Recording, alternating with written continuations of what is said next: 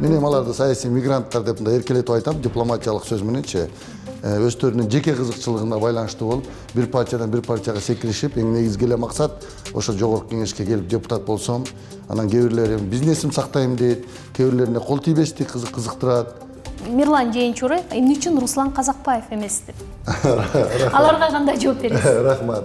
Партия бир эле Бабановдон түзүлгөн жок да. Улуттук кызыкчылыкты баардыгыбыз эле сөз менен коргоп атабыз. Мурунку элчилерибиз же саясатчыларыбыз мындай деп айтып атканы бул чыккынчылык деп айтат. Кимдин ким экенин ал 3-4 звонок менен үйдө отуруп эле билип коебуз. Анын атасы ким экенин, ал кайсы жерден экенин, ал эмне кызматта жүргөнүн.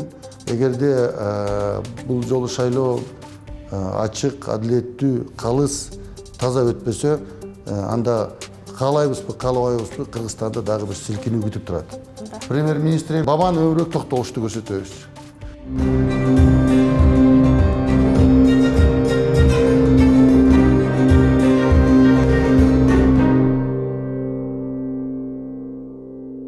Руслан мырза, бизге маектешүүгө убакыт таап келгениңиз үчүн ыраазычылык билдирем. Мына азыр үгүт иштери абдан кызуу жүрүп жатат. Анан жалпы Кыргызстанды түрө кыдырып чыктыңыздар окшойт. Элдин маанайы кандай? Элдин маанайы жакшы. Элдин маанайы жакшы. Эл өзүнүн иштери менен алек.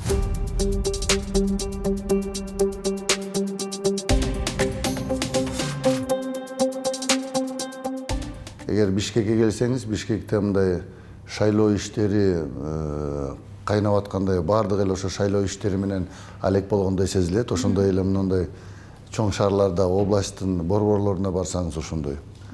Мен мына кече күнү эле Баткен областын, Ош областын толугу менен Жалал Абад областынын жартысын кыдырып келдим. Айыл жергесинде эми күзгү иштер жүрүп атат. Баары жыйын-терим менен алек. Күрүч менен алек, картошкасы менен алек, фасолу менен алек, пахтасы менен алек дегендей дыйкандарыбызчы. Анан эми партиялар болсо эми өз ишин жүргүзүп жатышат. Эми элдин маанайы дайыма социалдык экономикага байланыштуу акыбалга байланыштуу болот да. Анан эми бирок ошондой болсо дагы, ал мындай тынч убакта болсо, кышында болсо, башка убакта болсо, башкача элибиз өзгөчө катуу кызыгып катуу катышмак го. Бирок азыр күз убакты болгондон кийин жыйын-терим менен алек болуп атышат. Мындай саясий активдүүлүк же саясий жактан элдин бир чыңалуусу байкалабы, жокпу? Элдин чыңалуусу эми байкалат деңизчи, аны көбүнчө партиялар биз көтөрүп атабыз да. Бардык жердечи партиялар биз көтөрүп атабыз, эл менен иштеп атабыз, эл менен жолугушууларды жүргүзүп атабыз. Бирок мурунку жылдарда, мурунку шайлоолордо андай активдүүлүк көп байкалган жок. Биринчиден, бул эми жанагы пандемиянын кесепети. Дагы азыр пандемиянын экинчи толкуну келет деп атабыз. Анан эл өзү менен алек. Экинчиден, элдин өкмөткө, жогорку кеңешке болгон ишенимин жоготуусу. Азыр шайлоого ушунчалык кайдыгер карап атат. Угуп атышат, эми биз аракетибизди кылып атабыз, бирок ошондой болсо дагы эми баардык аракетти жумшап атабыз. Мындай мамлекет чындыгында эле социалдык экономикалык акыбал жагынан, олуттуу реформалар жүрбөгөндүгү жагынан азыр кыйын акыбалда турат да. Анан ошондуктан баягы өз аракетибиздин баардыгын жасап атабыз. Анан мурункудай эми баягы стадиондорду чогултуп, концерттерди бермей, ал мыйзамга карата тыюу салынган. Анан азыр 5 киши болсо да, 10 киши болсо да баардык талапкерлерибиз кыдырып сүйлөшүп атат. Соңку 10 жылдан бери Республика партиясы саясий айдыңда мындай өзүнүн күчүн көрсөтүп келе жатат да. Эгерде ушул 2020 жылдагы парламенттик шайлоодогу Республика партиясынын тизмесин карай турган болсок, сиз 11-чи орунда экенсиз да. Анан алгачкы ондукта деле мен жаңы жүздөрдү көрө алганым жок. Бардыгы баягы мурдагы депутаттар, такшалган саясатчылар. Анан сиздин деле саясатта мындай таасириңиздин бар экендигин эске алганда кандайча болуп 11-чи орунга түшүп калдыңыз? Түшүндүм. Эми бул жолу чындыгында эле Республика саясий партиясына быйыл 10 жыл. Бул биз үчүн юбилейдик жыл. 10 жыл бул ийгиликтин, жеңиштердин жылдары деп эсептесем болот 10 жыл. 2 жолу элибиз биринчи жолу 2010 жылы 200 миңден ашык добуш беришти. 2015 жылы республика ата журт деп Кыргызстан тарыхында эң жакшы болгон бир саясий долбоорду ишке ашырдык деп ойлойм. Аягында жыйынтыгында жеңишке жетүү республика ата журт 300 миңден ашык добуш алышып 28 мандат менен келип иштеп жатабыз. Анан 2017 жылы дагы эле ал республика партиянын таасири да тең төрагабызды Бабан Өмүрбек Токтогуловду президенттикке көрсөтүп 600 миңден ашык шайлоочулардын добушуна ээ болдук, аны билесиздер. Анан азыр бул жолу баягы республика партиясы бир аз кеч баштадык да. Кеч баштадык. Аны жашыргандан өзүңүздөр билесиздер. Фракциябызда чоң маселелер болду. Фракция биртке мындай сыртынан мыйзам менен мындай бирдикте иштесек дагы ичинен мындай чачылуулар болуп, анан жаңы партиялар пайда болду. Анан ошондуктан баягы көп биздин дагы мүчөлөр, иш адамдары биздин арабызда жүргөн команданын мүчөлөрү башка партияларга кетишти. Алардын да өздөрүнүн себептери бар окшойт. Ал башка маселе. Анан калганыбыз болсо, калганы кылып, анан бир 3 ай мурун өзүңүздөр билгендей, баягы Айкөл Манас эпосубузда айткандай, курама жейип журт кылып, кулалы таптап куш кылып, уюштуруп, ушул ишти баштаттым. Мен эле эмес, туруктуу 5-6 депутат, ошол республика партиясы башталгандан бери келаткан депутаттар, ошол Женчороев, Сабиров, Бокоев, жана Алтынай Өмүрбекова деген кызыбыз, жанагы башка дагы бир экөө ошентип таптап баштадык.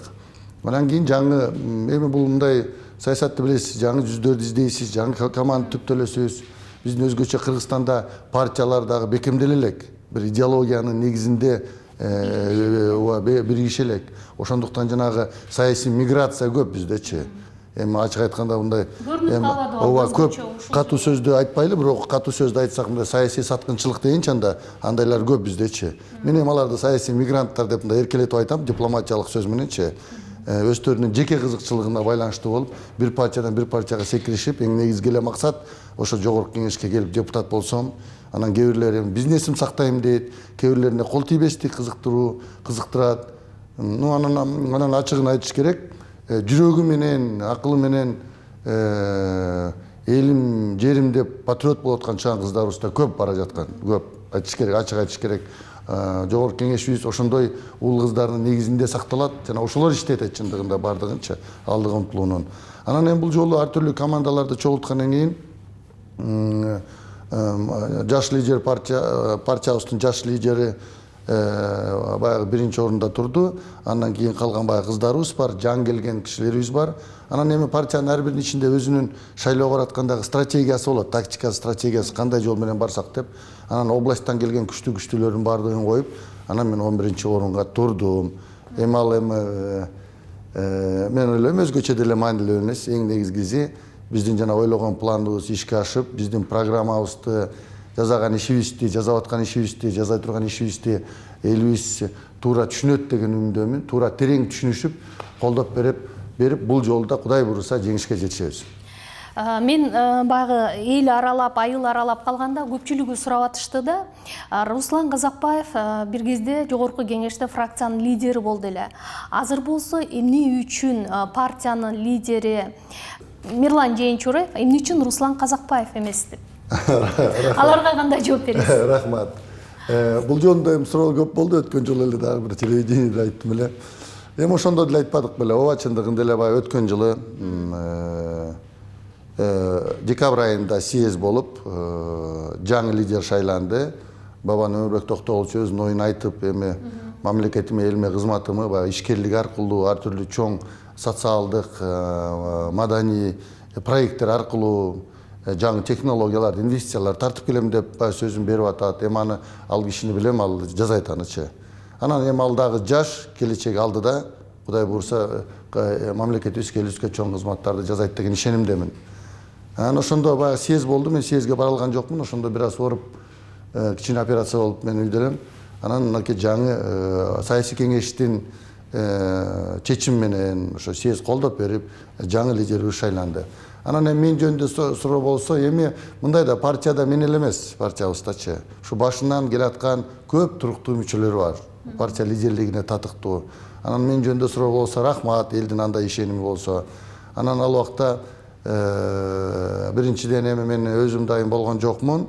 Экинчиден андай сунуштар партиялаш тарабынан дагы ошол Мирлан Канатбекович Женчуров жаш лидерибиз тарабынан да болду. Анан ал жерден ал убакта эми ошондой себептер болду. Анын сыртында айтат элем, ал жокта саясий да себептер болду. Ал убактачы саясий себептер да болду. Бирок эми ал маселелердин баарын убагы келе элек, аны дагы убакыт көрсөтөт. Кудай буйруса убагы келгенде ачыкташыңыз мүмкүн, убагы келгенде ал ачыкталат, ал маселелер билинет. Бирок эң негизгиси, ал мен партиянын лидери боломбу, мен азыр саясий кеңешинин мүчөсүмүн, партиянын жөнөкөй катарында боломбу. Кудай буйруса республика партиябыз аркылуу бүтүн мамлекетибизге, кыргызстандыктарыбызга кызматыбызды жасай беребиз. Руслан мырза, саясатчы Өмүрбек Бабановдун республика партиясынан баягы алысташы менен, саясий ишине кийлигишпеши менен республика мурдагыдай таасирин жоготту, электораты азайды деген дагы пикирлер бар. Муну айрым публичныймын деген саясатчылардын өздөрү дагы маектешкенде мага дагы билдиргени бар. Анан сиз бул ойго кошуласызбы? Деги эле бүгүнкү күндө Бабановдун партияга мындай каржылык, моралдык колдоосу барбы, жокпу? Түшүндүм. Рахмат сурооңузга. Ооба, чындыгында Бабан Өмүрбек Токтогуловдун өзүнчө орду бар. Өзүнүн орду бар. Бирок партия бир эле Бабановдон түзүлгөн жок да. Бабан Өмүрбек Токтогуловдун ушундай элдин чыгаан лидери, Кыргызстандагы өзүнүн ийгилигин, ишкерликте чоң ийгилигин жараткан, мамлекеттик кызматта ийгилигин жаратты.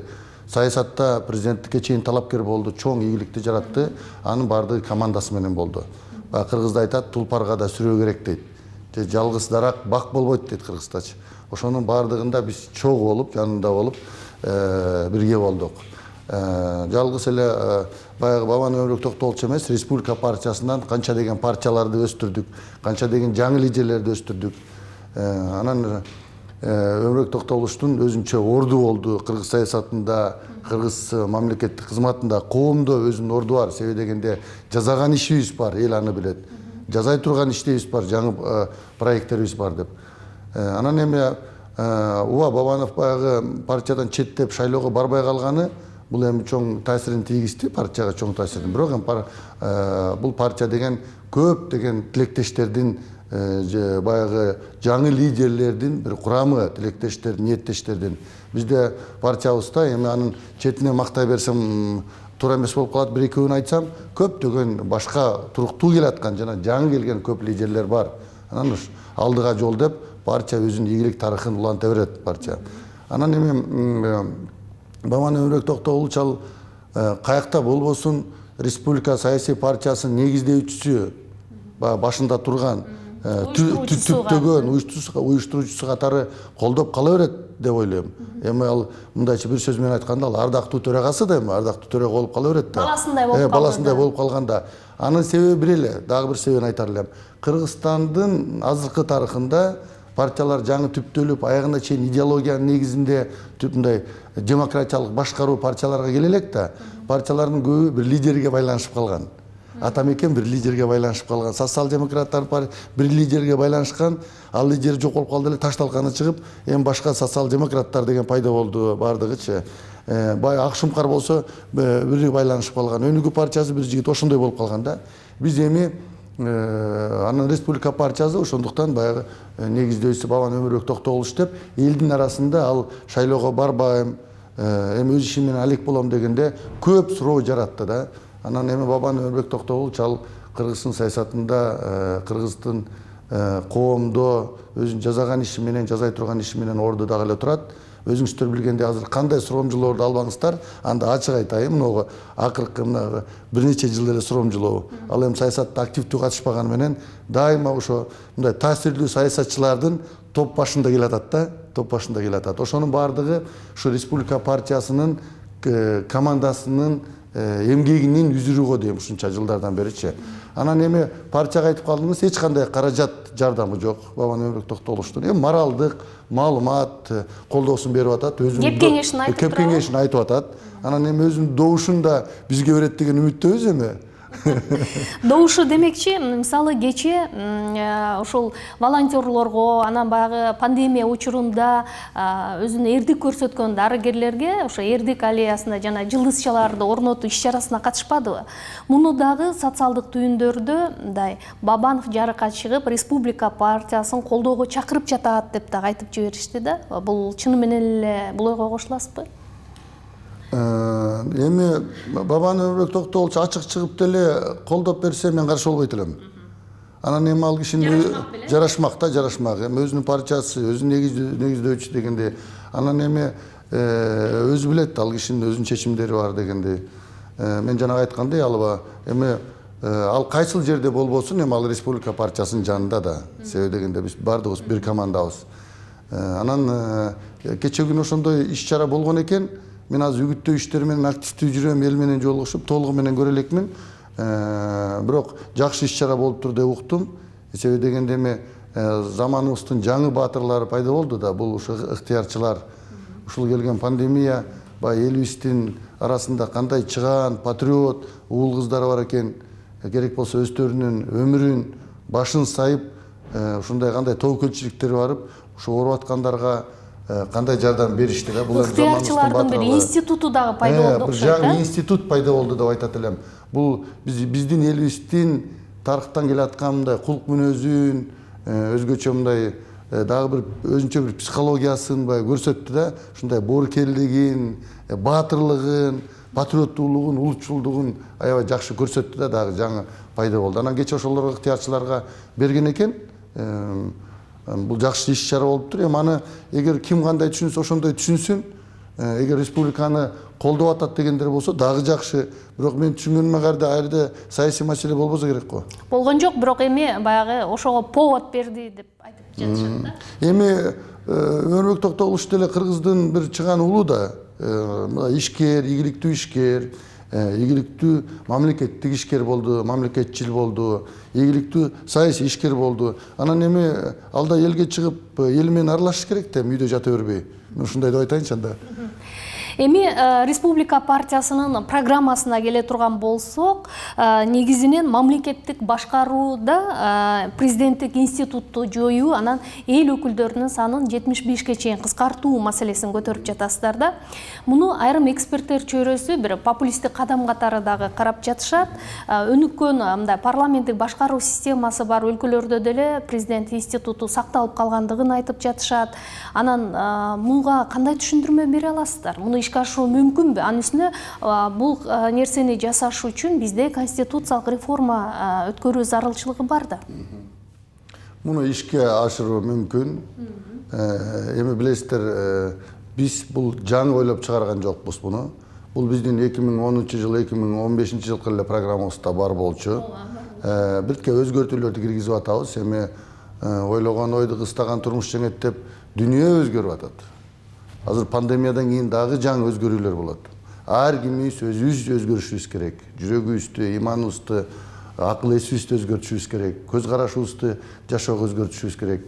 Анын ичинде азыр каалайбызбы, каалабайбызбы, Кыргызстан өзгөрөт пандемиядан кийин ошо дүйнөнүн ичинде.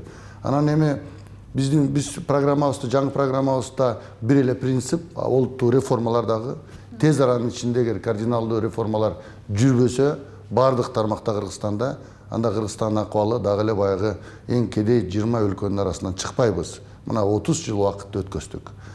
Биз мынагы 10 жылдын ичинде бүтүн жасаган иштерибиз бар, реформаларыбыз бар. Ал реформаларга дагы токтолобуз өзүнчө. Анан ошолорду жасаганыбызды калтырып, жасабаганыбызды кайра алып келип, дагы жаңы нерселерди кошуп, алдыга алып кетип баратабыз. Алдыга жол деп өзүбүздүн программабызды атадык, алдыга баратабыз. Анан жана сиз айткандай, биз эми мындай болду да, бир 2-3 тизер деп койгондой мындай рекламадай биз ураан ыргыттык да. Мисалы президенттик институт жок кылабыз десек, бул талкуу жаратты. Буга биз ойлойбуз, биз өз ойлогон жыйынтыгыбызга жеттик. Себеби дегенде талкуу жаралыш керек элгечи. Биз УКМКны жоёбуз десек, ал аябай талкуу жаратты анын бардыгы. Эми түшүндүрүү маалы түшүндүрүп коеюн, эми аны эл түшүнүп калды азыр. Эми президентти баягы сөзсүз жок кылып жибериш керек президенттик кызматты деп айткан жокпуз. Ар жерде президенттик функциялар боюнча болуп атат. Биз башынан айтып келатканбыз, мына 30 жылдык мөөнөттө мына башаламандык президенттик парламенттик система же парламенттик президенттик система ар түрдүү башаламандык алып келди. Биз айтып атабыз, же президенттик башкаруу системасын аткаруу бийлиги менен кошо, же парламенттик башкаруу системасын тандап алалы деп. Аны биз сунуш кылабыз сөзсүз, бирок бул эми референдум аркылуу болуш керек, конституцияга өзгөртүү киргизиш керек. Бирок мен ушул күндөрү дебаттарды карап атам. Биздин программанын дээрлик көп бөлүгүн башка партияларды алып алышты. Алып улантып атышат. Аны катарынан санап кетсем болот, эми эч кимге тийишпей эле коеюн. Алып кетсек болот. Анан ошонун ичинен ушул системаны так тандап алыш керек деп, бер жагы дегенде бир 5 партия айтып атат. Алар күчтүү партиялар. Эгер андай боло турган болсо, парламент эгер колдоп бере турган болсо, ал референдумга чыгат андачы. Анан элибиз өзү тандап алыш керек. Мына 30 жылдык тарыхыбызда 2 президент качып жүрөт, президентибиз камакта отурат, тандап алыш керек. Же президенттик система кылалы да элибиз тандап берсеңиздер, анда президентке баарын берели, аткаруу бийлигин да берели андачы. Ички тышкы саясатты, социалдык-экономикалык реформаларды жүргүзүү баардыгы президентке, же премьер-министрге берели толугу менен. Бир жакшы кесипкөй жалындаган элим жерим деп күйгөн премьер-министр дайындап алып, ошого берели. Анан ошондо жыйынтыгында бир эле принцип болуш керек. Ким буйрук берсе, ким маселени чечсе, ошол жоопкерчиликти алыш керек. Азыр эми өкмөтүбүз канчалык сындабайлы, алар эчтеке кыла албайт. Бирок азыр деле сөзүңүзгө аралжы премьер-министрдин өкмөттүн полномочиялары абдан кеңири да, бирок ал чечкиндүү өзү алдынча мындай чечим кабыл ала албай жатпайбы? Ушул жерге келгенде анан эмне үчүн бийликтин тең салмактуулугу сакталбай жатат да? 2015-жылы сиздер деле өзүңүз айтмакчы программаңыздарда мунун баарын киргизген элеңиздер. Анда эмне үчүн ишке ашпай келди? Сунушту бердик, өткөн жок. Аны баардыгыңыздар да билесиздер. Биз келер менен 2015-жылы тилекке каршы оппозицияга түшүп калдык. Баягы азчылыкка да. Анан коалицияга куралган жокпуз. Ал убакта бизге баягы министрлик биякта калсын, премьерлик биякта калсын, бир комитеттин орун басарлыгын да ыраа көрбөй коюшту. Аны чырылдап лидер фракциясы чыгып айтты эле, биздин лидер элге кайрылды эле, кыргыз элинечи. 300 миңден ашык добуш алган экинчи орунду алып келген партиябыз жөн эле калды. Комитетте беришкен жок, башка беришкен жок. Эми Кыргызстанда мындай оңой сүйлөшүп алып эле кете берет да. Ал Кыргызстаныбызда башка маселе да бар да. Мисалы жана тең салмактуулук деп атасыз. Тең салмактуулук болгон менен президенттин колунда УКМК бар. Президенттин колунда прокуратура бар. Сотторду дайындайт. Күч түзүмдөрдүн баардыгы президент. Андай болгон учурда өкмөттүн иштеши кыйын болот азыркы акыбалдачы. Жалтактап тура берет анда мындай деличи. Ал жана тең салмактуулук деп 2010 жылдан кийин мындай жакшы идеялар менен киргизилген. Ал конституциялык топко мен да киргем. Мен эми тышкы саясат боюнча гана өзүм көңүлүм бургам, анда тышкы иштер министри болуп тургам. Бирок ошондой болгон. Анан президенттин колунда күч органдарынын баардыгы турган убакта, ошонун ичинде УКМКнын ичинде АКС да бар, билесиздер. Анын баары турганда өкмөткө кыйын болот жалтактап. Баардыгы чочулап тура берет. Эми мындайда аны үчүн өкмөттүн башына дагы өкмөт мүчөлөрү да таза, эчтеке булганбаган, коррупцияга аралашпаган, кесипкөй, күчтүү адистер келиш керек. Эгерде мындай партиялардын ар кандай ишеними менен гана сабатсыз, билими жетишпеген, тажрыйбасыз, анан эң негизгиси коррупция бизге сиңишип кеткен да. Коррупция менен бирге булгангандар келсе, эч качан сиз айткандай тең салмактуулук менен чечкимдүү кадар менен реформаларды жасай албайт. Ал дайыма өйдөгөстөй жалтактап тура берет. Азыр дагы тилекке каршы ушунча жыл өткүздүк, ошончо жыл. Мына азыр коомчулукта талкуу жаратып атканы, сиз айтмакчы УКМК, прокуратура органдарын жоюп, алардын функциясын бөлүштүрүү маселесин көтөрүп жатасыздар да. Бирок УКМК боюнча буга чейин деле жарандык активисттер аябагандай көп көтөрүп келди эле да. Муну кантип ишке ашыра аласыздар? Түшүндүм. Күчүңөр жетеби? Бул дагы эми баардыгы конституциядан башталат. Ачык айтпайлыкпы. Жана туура айтпадыңыз. Мыйзам бар, мыйзам алкагында болуш керек. Башкаруу системасын так аныктап алалы дегенде азыр байкап атам, көп партиялар колдоп атат. УКМК келгенде кээ бирлери унчугушпай атат. Мен эми бул маселени мындай жакшы мындай изилдеп чыктым да, бул маселени. Мен эле эмес, биздин команда изилдеп чыктык. Эми УКМК жылдан жылга бир саясий куугунтуктун инструменти болуп калды Кыргызстанда чет элекке каршы.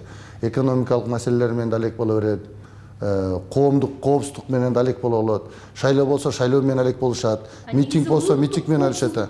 Улуттук коопсуздук ишке ашырыш керек. Бир сөз менен айтканда, улуттук коопсуздук комитет бул деген аябай күчтүү, эл ишенген мамлекет башчынын керек болсо акылы, көзү, кулагы, анан ошонун баардыгы маалыматтарды алып туруп, анан мамлекет башчы жүрөгү менен сезип туруп, акылга алчап анан элге кайрылат, элге сезин айтат да. Ошондой болуш керек эле. УКМК акыркы жылдары аябай башаламандыкка болуп, кызматкерлеринин мындай кадрдык күчтүү генералдарыбыз, күчтүү офицерлердин баардыгы кетишип, бирөө баягы пенсияга кетти, аскердик кызматта эрте кетет да, кээ бирлери болсо таштап башка жака кетти, жана башаламандык кылгандан кийин аларды саясий куугунтуктун инструменти болуп алгандан кийин керек болсо кээ бир коррупционерге ушунча баткан ар түрдүү уурулар, коррупционерлер башкара баштады. Ошолор кадрларды кое баштады ошол жергечи. Анын бәрін түшүнүп, жакшы кадрлардын кетип атканын мен өз көзүм менен көрдүк, биз аны билебиз. Ошон үчүн УКМКны айтып атабыз. УКМКда мамлекеттин ички тышкы коопсуздугу менен байланыштуу болгон гана функциялар калсын. Сырткы чалгындоо, ички чалгындоо деген бар, эл аралык терроризмге каршы күрөшүү, улуттар арасы жана диний сепаратизмдер деген маселелер бар. О күрөшүү жана дүйнөдө улам жаңы чакырыктар болуп атат. Мисалы үчүн банк заттар менен байланыштуу чоң маселелер болушу мүмкүн. Анын кээ бир чоң маселелерди УКМК калтырып койсо болот. Алар мындай мамлекеттин сырткы ички коопсуздугун катуу караш керек да, катуу карай турган бир орган болуш керек. Калган айтып атабыз, экономикалык маселелерди анан жанагы мен бир сөз менен айта элем, антиконституциялык АКСты алып чыгып, аны бериш керек. Же өзүнчө орган кылып чыгарса болот, премьердин астында же президенттин астында болуп, бирок ал кайсы башкаруу системаны тандап алабыз. Анан экономикалык кылмыштардын баарын каржы полициясына өткөрүп берели, ал эми коомдук коопсуздукту ички иштер министрлигине берели деп. Бул так. Анан жана бир сурооңузга жооп бере албай калдым. 120 депутаттын саны көп, 75 депутатка түшүрөлү деп атабыз. Кээ бир партиялар азыр 60 жетиштүү деп атат, 50 жетиштүү деп атат. Демек түшүнүү бар. Демек Кудай буюрса, эми бул чакырууда жетишпесек дагы 7-чи жогорку кеңештин чакыруусунда нар жакта бир өзгөрүүлөр болот окшойт. Себеби дегенде көп партиялар убадасын берип алышты, элибиз талап кылат аны, анан аткарабыз анычы. Биз деп атабыз 75 дедик, эми аны көп токтолбойм, биз санадык аны, дүйнөлүк практиканы бүт мамлекеттерде санадык. Мен адан ашкан дагы сунуш бердим эле, аны да айтып көрөм мен, сөзсүз 75 болсо, ошонун ичинен бир жетебизин мен айтып атам, мисалы Сингапурга окшоп, эгер парламенттик система болсо премьер-министр сунуш кылсын, президенттик система болсо президент сунуш кылып, коррупцияга малынбаган, элине таза иштеп кеткен экс-президенттерден, экс-премьерлерден, күчтүү залкар адамдардан, мисалы ошол убактагы баягы Чыңгыз Төрөкулович Айтматовго окшогондор ошолорду сунуш берип, ошо жетисин шайлап алсак, келген парламент шайлап алсак депчи, шайлап алсак. Себеби дегенде алар мен көп мамлекеттерде кыдырып көрдүм да, алар мисалы үчүн могу эгер таза өзүнө иштеп кеткен бир экс-президент көчөдө жүргөн болсо, ал 6 жылдын ичинде мамлекетти сырткы ичкисинден купуя сырларды, көп маселелерди билип калат да. Анан ал парламентке келсем, парламентте мындай бул ар бир адамдын укугу да шайлануу, шайлоого жана шайлануу укуктуу. Анан ар түрдүү кесиптегилер чогулуп келет, спортсмендер да келет, бизнесмендер да келет, дыйкандарыбыз да келет. Анан талаш тартыш болгондо ошолор мындай кеңешин берип турат эле да, Көп убакытты, көп жумушчу убакытын жөн эле талаш тартышуу менен кетирбейт элек да. Сиз негизи парламенттик башкаруу системасын колдойсузбу же президенттик башкаруу системасы бүгүн бизге ылайыкпы? Биз өзүбүздүн чечимди кабыл алдык. Республика саясий партиясы биз парламенттик системаны колдойбуз. Эми дагы бир маселе, сиз 2 жылдан ашуун болсо керек, тышкы иштер министрин жетектеп турдуңуз, бул системанын ийне жибин мындай ички ашканасынан өздөштүрүп чыктыңыз да. Анан улуттук кызыкчылыкты коргоо деген маселе бүгүн өзгөчө мындай маанилүү болуп турат. Биз ушул жерге келгенде бир нерсени уттуруп коюп аткан жокпузбу? Улуттук кызыкчылыкты баардыгыбыз эле сөз менен коргоп атабыз.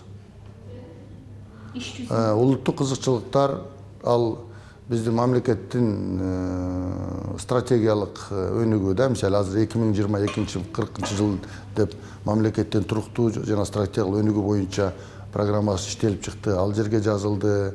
Анан мамлекет тышкы кызыкчылыктарыбыз бар, улуттук кызыкчылыктар, ички кызыкчылыктарыбыз бар. Анан тышкы кызыкчылыктарыбыз бар.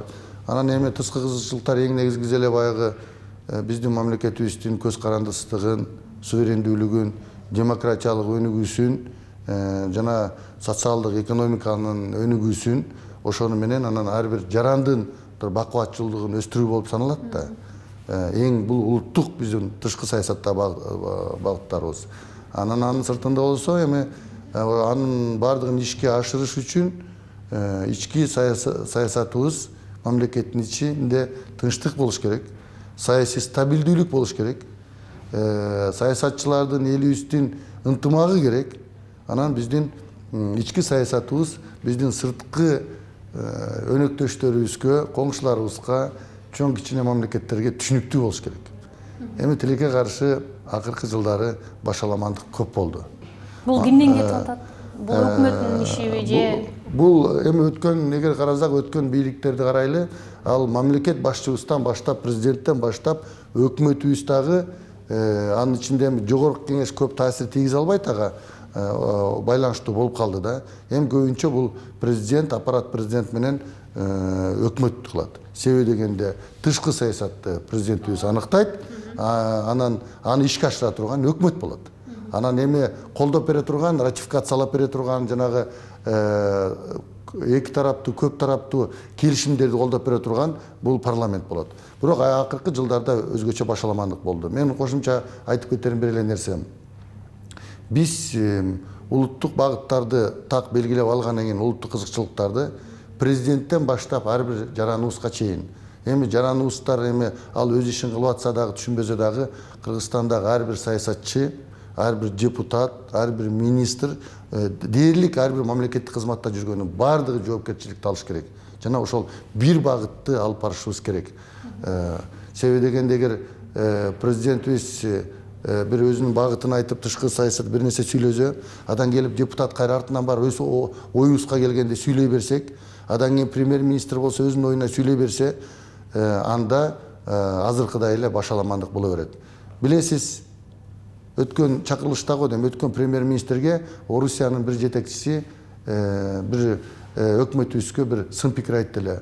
Ушу Кыргызстанда иштеш, жаларга инвестиция берүү мүмкүн эмес алар менен иштешти. Алардын өкмөтү же министрлери жыл сайын, ай сайын алмаша берет. Кийинки келгени, мурунку келгени эмне жасаганын билбейт. Жана преемственность жок. Анын артында да керек болсо мурунку биздин сүйлөшүлгөн проекттерди түшүнбөйт депчи. Түшүнбөйт десе, анда премьер-министр жогорку келгенде суроо берсек, премьер-министр жооп берди эле. Эми ал өзүң карабайбы, анан ал Орусияда өзү да коррупцияга малынганда тиги деп жыйынтыгында эмне болду? Сиздер билбейсиздер, элибиз билбейт. Ошол эле Евразия банкынан бир жарым жылга токтоду. Биздин кредиттер боюнча сүйлөшүүлөрчү. Эми премьер-министр, өзгөчө тышкы иштер министри, премьер-министр, керек болсо ар бир депутат тышкы саясатка келгенде оозуна келгенин сүйлөй албайт. Демократиянын да мындай чеги бар. Биз өз ичибизде, ички саясатыбызда кандай талаш тартыш жаратып кете берсек болот. Ички саясатка барганда өтө кылдаттык менен мамиле кылыш керек. Мына улуттук кызыкчылык жөнүндө жөн жеринен сураганым жок. Жакында ошол бийликчил деп эсептелип аткан партиянын өкүлү Аманкулов мырза эгемендүүлүкүбүзгө шек келтирип сүйлөдү деген маселе социалдык түйүндө талкуу жаратып атат. Ал түгүл буга байланыштуу жарандык активисттердин акциясы дагы болуп өттү. Анан албетте бир нече партиянын өкүлдөрү ойлорун айтышты, бирок мындай публичный таасирдүү саясатчылар унчукпай турушкандыгы мындай көп суроону жаратып атат да. Буга кандай дейсиз? Бул эми бир күндө башталган жок. Ага чейин мен өзүм оюмду айттым эле. Өткөн жолу Москвадагы Кыргызстандын экс элчиси Кыргызстандын башка бир мамлекеттерге кошулуусу тууралуу, Кыргызстанда социалдык, экономикалык акыбал кыйын болуп калды дегендей кылып, же элдин ою деп, ошондо элдин пикири катары айтты. Элдин көпчүлүгү ою деп. Анан мен эми ошондо таң калып өз оюмду айттым эле. Ошол ал киши да бул кандайча да дайындалып калганын таң калыштуу. эми бир жөнөкөй жараныбыз кандай гана айтпасын аны туура түшүнүк менен кабыл алыш керек. Анан эми биздин мурунку элчилерибиз же саясатчыларыбыз, партиянын лидерлери мындай деп айтып атканы бул чыккынчылык деп айтат элем, элине, мамлекетине болгон чыккынчылык деп айтат элем. Анан азыр маны бирок мындай туура да түшүнүш керек. Ал көбү мындай кайрадан эле ошол сүйлөгөндөр кайра чыгып эле мен түшүнбөй калышты, баягы жалпы контексттен suurуп чыгып айтып атышат дегендей сөз болуп атпадыбы?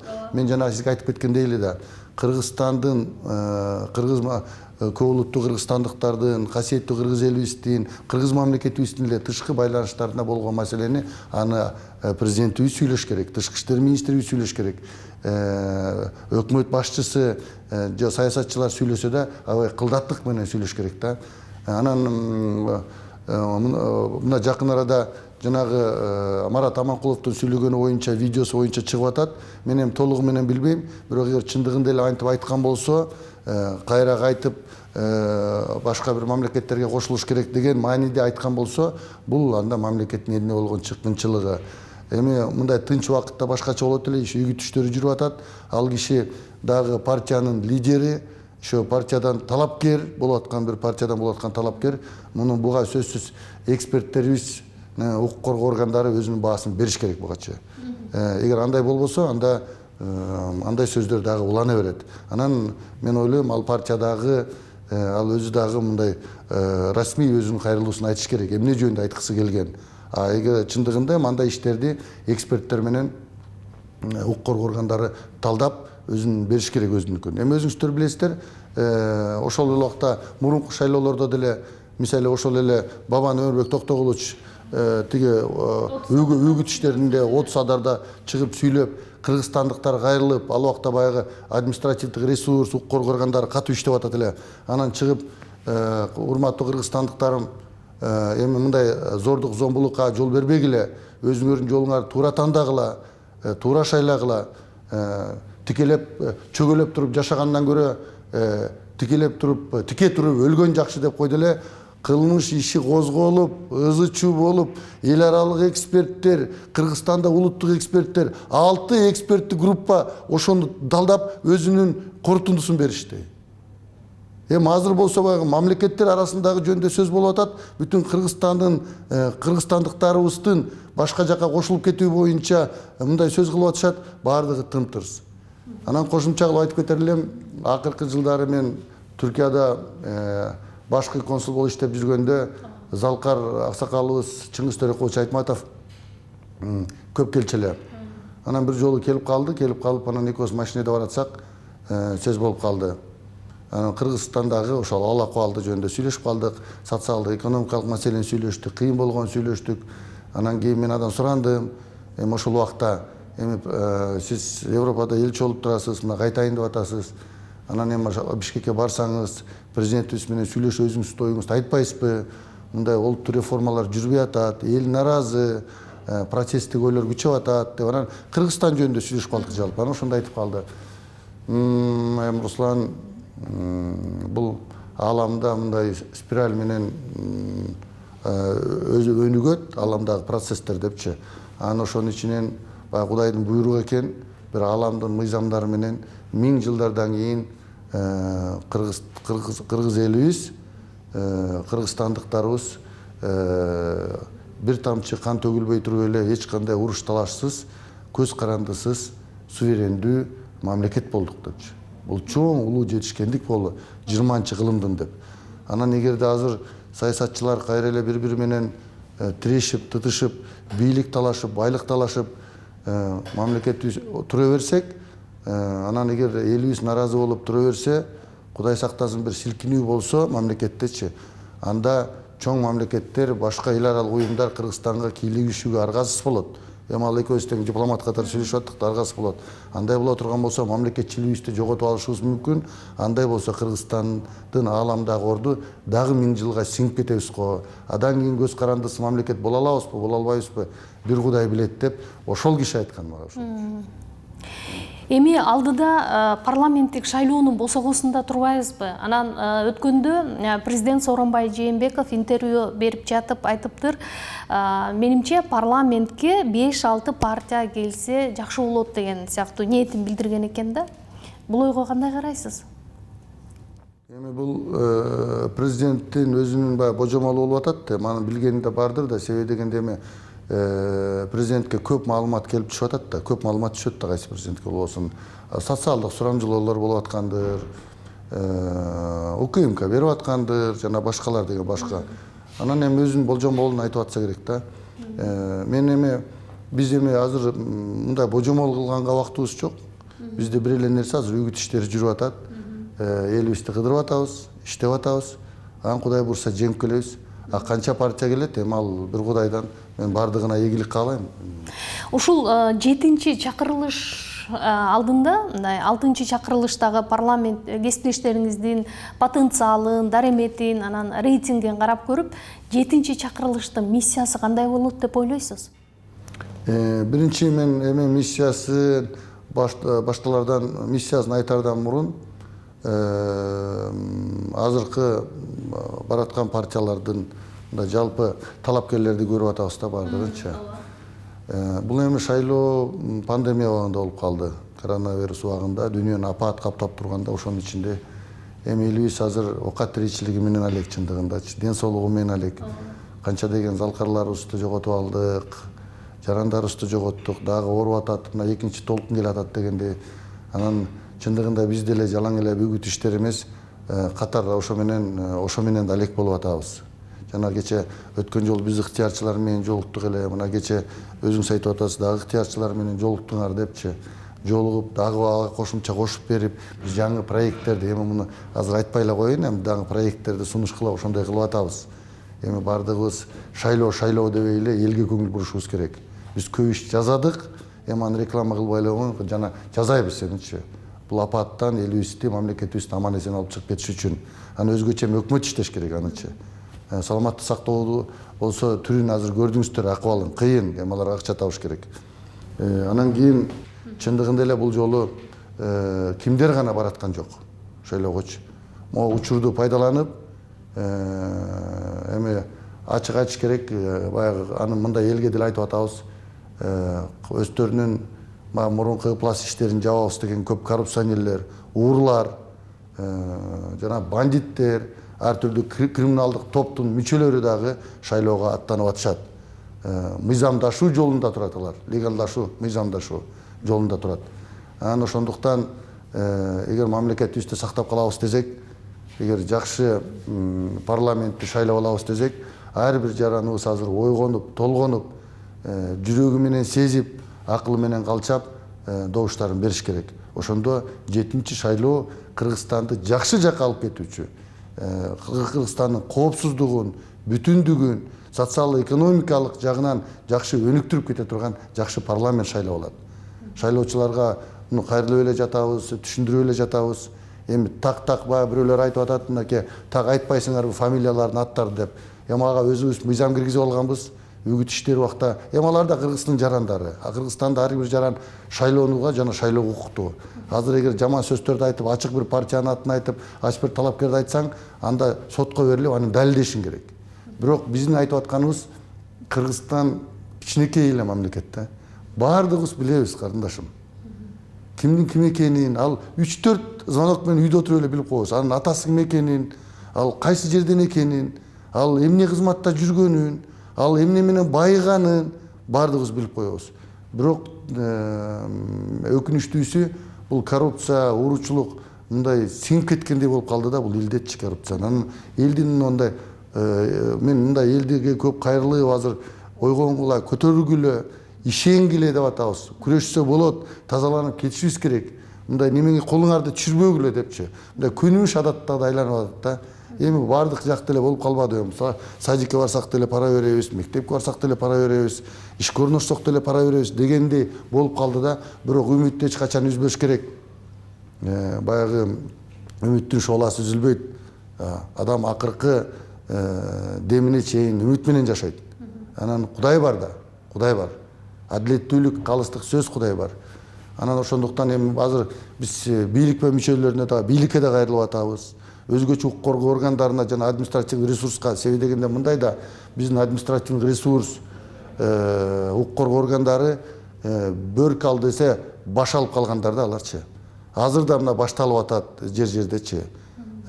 Башталып атат.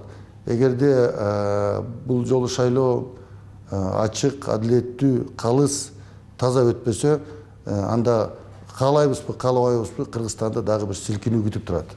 Бул саясий силкинүү болот, аны менен байланыштуу социалдык, экономикалык силкинүү болот. Тышкы күчтөрдүн таасири болушу мүмкүнбү? Жакшы суроо. Тышкы күчтөрдүн таасири Кыргызстанга бар. Азыр сезип турабы, Кыргызстанга эле эмес. Эми сезилиш кыйын, аны ар бир саясатчы өзү билет. Эми ар бир партия өзү билет анычы. Ар бир бийлик өзү билет тышкы күчтөр менен кандай сүйлөшүп атканынчы. Бирок эми таасири мындай да, аны туура биз эми ар бир мамлекет азыркы дүйнөдө жалгыз жашабайт да. Ал бир регионалдык уюмдардын мүчөсү. Биз да мисалы Евразес, ОДКБ, ШОС, анан Орусия өнөктөшүбүз бар. Социалдык, экономикалык аябай тыгыз байланышканбыз, маданият, тилибиз менен байланышканбыз алар менен. Кошуналарыбыз бар аны мененчи. Андан сырткары биз түрк дүйнөсү өзүнчө кызматташтыгыбыз бар. Анын сыртында араб мамлекеттери менен кызматташтыгыбыз бар. Жаныбызда дүйнөнүн саясий, соода экономикалык океаны болгон Кытай мамлекети бар. Дос мамлекетибиз бар булар мененчи. Анан мунун бардыгы жанында туруп, эгер бизде бир чыңалуу болуп атса, курчтук болуп атса, шайлоо болоюн деп атса, сөзсүз кызыгып коюшат да. Болбоду дегенде кызыгып коюшат. Элчилерине айтыпчы, алда карап койгулачы, эмне болуп атат, маалымат бергилечи алдагы жерде депчи. Анан ошондуктан таасири болот, сөзсүз болот. Ал мындай түз таасирби, кыйыр таасирби ар кандай ошого жараша таасири болушат. Бирок Кыргызстан биринчи кезекте ар бир кыргызстандык үчүн, ар бир кыргыз үчүн бизге эле керек. Биз өзүбүздүн тынчтыгыбызды, биз өзүбүздүн ынтымагыбызды карашыбыз керек. Биз ушул мамлекетте гана бактылуу боло алабыз, аны ар ким түшүнүш керек. Бирок тилекке каршы шайлоодон шайлоого келгенде эле баарыбыз түшүнөбүз деле, анан куру оокаттын артынан баягы эле 2-3 миң сом аны алып алып эле, анан кийин добушту туура эмес берип эле, андан кийин бүткөндөн кийин 120 депутатыбыз келип парламент шайлап алсак, бул чимкирик парламент болуп калды, бул өкмөт шалак болуп калды, сабатсыз болуп калды деп аны өзүбүз шайлап атканбыз да. Мен ишенем бул жолгусучу. Элибиздин ар намысына, абийирине ишенем. Азыр аралап жүрөм, эл арасында дагы керек болсо ошо элдер эми баягы куру оокаттын артынан 2-3 миң сомун алып алгандар да башкача шайлашат го дейм. Бул жолу зордук, зомбулукка, тыйын тыпыр менен элибизди сатып алуу мүмкүн эмес го деп ойлойм. Мен ишенем ошого. Мына Республика партиясы парламентке азчылыкта, баягы оппозицияда жүрдү, көпчүлүк коалицияга кошулуп жүрдү. Бирок бүгүнкү күндө Республика партиясы мындай оппозициялык маанайды бергенге аракет кылып жатат деп айтып жатышат да. Эгерде парламентке келсеңиздер, оппозициялык азчылыкта болуп калсаңыздар, бир нерсе өзгөртө аласыздарбы, ошого күчүңүздөр жетеби? Мен ишенем, өзгөртө алабыз. Өзгөртө алабыз. Эми биринчи элибизге ишенем. Мен ойлойм, эл ойгонду. Эл ойгонду. Анан демократиянын деңгээли, баягы сөз эркиндиги бир жакшы деңгээлге жетип бекемделип атат деп ойлойм. Бирок ал эми ахлакратия, анархияга айланбаш керек. Баардыгы конституциянын алкагында, мыйзамдын алкагында болуш керек. Азыр бизге элге барсак айтат, вот бир жакшы сүйлөп, эл менен пикирлештим да азыр. Баткенде, Ошто, Жалал Абадта, мына Бишкекте жүрөм, Скөлгө барып келдим. Анан келгенде элибиз курч биздики аябай. Адилет калыс. 5 жыл барбаган жердин баарына бардыңыз. Аналар айтып атат. Эми силер оппозициясыңарбы дейт. Биз айтып атабыз, ооба, конструктивдик, системдик оппозиция деп атабыз. Ал эмне дейт? Ал дедим, эми эки түрү бар эми. Радикалдык бар, радикалга программанын кереги жок. Алар түздөн түз каршы бардык бийликкечи. Анан бир эле сөз кетсин деп эле турушат алар радикалдыктар депчи. Алар системдик болсо сын пикирди айтабыз, керек болсо кетсин дейбиз, бирок ошого биздин сиздерге ачык программабыз болуш керек депчи. Биздин программабыз дайын деп атабыз. Келсек өкмөттү түптөгөнгө дайынбыз. Келсек иштегенге дайынбыз. Бизде премьер-министрибиз, спикерибиз, министрлерибиз дайын. эгер жакшылап добуш менен колдоп берсеңер деп атабыз. Анан алар айтып атат, азыр сүйлөгөнүңөр жакшы, айтканыңар жакшы экен, сын пикириңер да туура. Калыс чындыкты айтып атасыңар. Эми парламентке баргандан кийин анан бийликке кошулуп кетпейсиңерби деп. Эң туура суроо бериптир да. Анткени сиздерде деле Республика партиясында курамыңыздарда айрым депутаттар бийликтин сөзүн сүйлөп калган депутаттар болгон да, туурабы? Анан эми азыр командаңызга ишенип турасызбы? Командабызга ишенип турам. Командага эми мындай жана курама жыйып журткылдык деп атпайбы? Анан кийин баягы куралган болот куруш болот дейт, куралган кылыч куруш болот дейт. Курап алып баратабыз. Канча жыл мамлекеттик кызматта иштебесин, биздин командада көп мамлекет кызматтарда иштеп, бирок ошол бойдон таза калган мамлекетчил, билимдүү инсандарыбыз көп. Кээ бирлери ошого карап да мындай турушат, өңкөй эле мамлекетчилдер чогулуп алып турсуңар го депчи. Бирок мамлекеттик кызматка мамлекетчил тажрыйбалуу илимдер барыш керек. Эгерде улам жаңын алып келе берсек, көп убакыт өткөзүп алабыз. Азыр ар бир текке кеткен күн бул мамлекетибиздин өнүгүүсүндө кетирип алган мүмкүнчүлүгүбүз. Ошондуктан ар бир күн баалуу болуш керек азырчы. Анан жана өзүңүздөр айткандай эми келгенден кийин оппозицияга ошентип сурап атышат, мен айтып атам, эми келгенден кийин сүйлөшөбүз. Кудай буюрса жеңип алып келсек, эми ал мыйзамга алкагында бирөөбүзгө эгер бизге берилип калса, мисалы мандат, силер өкмөттү түзгүлө депчи. Анда биз кантип айтабыз? Жок, биз оппозицияда калабыз, биз түзбөйбүз деп. Анда эмнеге баратабыз андачы? Программаны кантип ишке ашырабыз? Ишке ашырабыз да. Анда түзгөнгө аракет кылабыз. Кудай буюрса деп атабыз. Кимди премьер-министр кылып көрсөтөсүздөр анда? Премьер-министр бизде көп четинен алсак болот. Мисалы Бабан Өмүрбек Токтогуловду көрсөтөбүз. Мисалы Женчорой Мирлан Кантбековичти көрсөтөбүз. Мисалы тиги Жылкыбаев Узар Казиевичти көрсөтөбүз. Мисалы Өмүрбеков Алтынай Сейитбековну көрсөтөбүз. Мисалы мүмкүн мени көрсөтөттүр. Андайлар көп бизде. Четинен алганда. Парламентке келсеңиз, аткаруу бийлигине чакыруу болсо барат белеңиз. Мисалы Тышкы иштер министрлигин жетектеп бер тажрыйба бар десе кабыл аласызбы? Мен азыр андай оюма такыр ойлонгон жокмун, ачык айтайын. Эми аны мындай жөндөн жөн жооп бергенде, биз командабыз менен парламентке баратабыз. Эгерде коалицияга кирип калсак, мисалы коалицияда болуп калсакчы, өзүбүздүн ишибизди ашырыш үчүн биздин эгер сунуштар болсо, ошондочу мисалы үчүн биз өкмөттү түптөп калсак, анда кайсы кызмат экенин биле албайм, анда мен бардыгын эле сунуш кылабыз. Мен бардыгын эле сунуш кылам. Себеби дегенде алар дүйнөлүк практикада да ошондой да. Келгенин биз элге кызмат кылабыз, программасын айтып алып, анан айкорап, жок биз кошулбайбыз, биз иштебейбиз деп кыйкырып тургандан жыйынтык керек да. Биз программаны ишке ашырышыбыз керек да. Анан бирок бул кызматка, тиги кызмат боюнча мен азыр аны ойлогум да келбейт. Аны убакыт көрсөтөт. Сизге анда ишиңизге ийгилик каалайбыз. Рахмат. Чоң рахмат. Рахмат.